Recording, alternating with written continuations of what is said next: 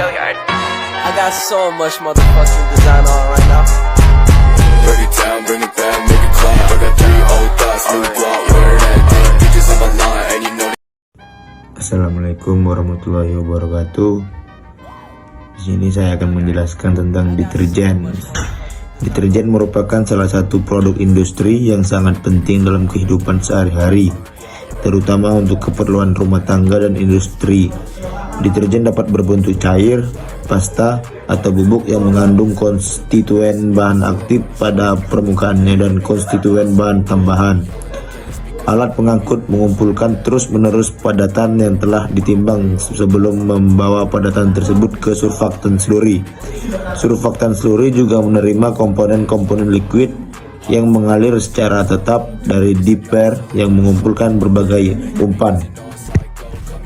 Ketika formula padat meliputi senyawa sulfat, anion dan sabun asam lemak dan asam sulfanik, dinetralisasikan dengan kaidah dalam mixer sebelum umpan dikirim atau dimasukkan ke dalam surfaktan slurry. Ada beberapa kasus ketika tidak ada reaksi yang diharapkan dari komponen lain. Asam menjadi umpan dan dinetralisasikan secara langsung di dalam surfaktan slurry yang dalam kasus ini.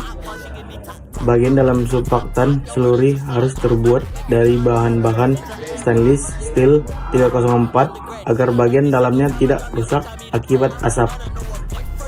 Produk yang dikeringkan dalam bentuk liquid dikumpulkan pada bagian atas menara spray drying dan didinginkan serta dikristalisasikan melalui sistem bawah alir file dengan aliran udara dingin.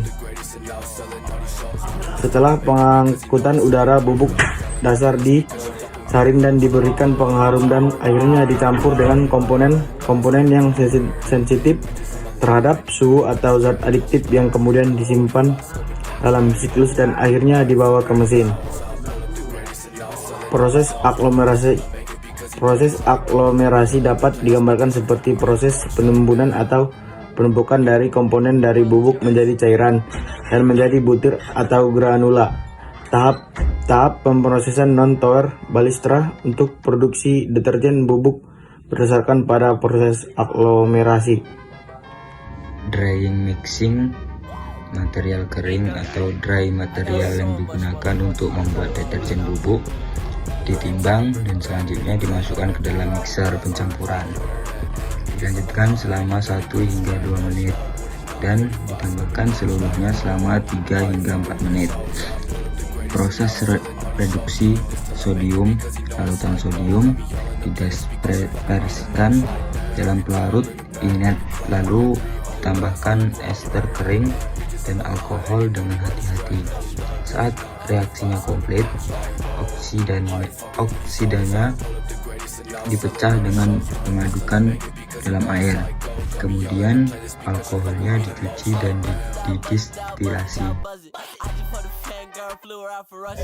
Proses Ziegler menggunakan etilen alkohol lemak. Dari proses ini mempunyai struktur yang sama dengan alkohol lemak alami. Proses ini dibagi dalam dua proses, yaitu proses alkol dan proses epal. Proses oxo menggunakan olefin. Proses oxo atau hidroformilasi terdiri dari reaksi antara olefin dengan campuran gas H2 sampai dengan CO dan katalis yang cocok. Proses hidrogenasi tekanan tinggi. Proses hidrogenasi terjadi pada tekanan 25.000 sampai 30.000 kPa dan temperatur antara 25.000 Celcius sampai 30.000 Celcius di dalam sebuah kolom tubular. Suspensi proses.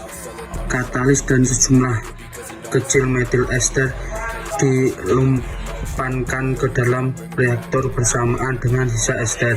Metil ester dan gas hidrogen dipanaskan secara terpisah.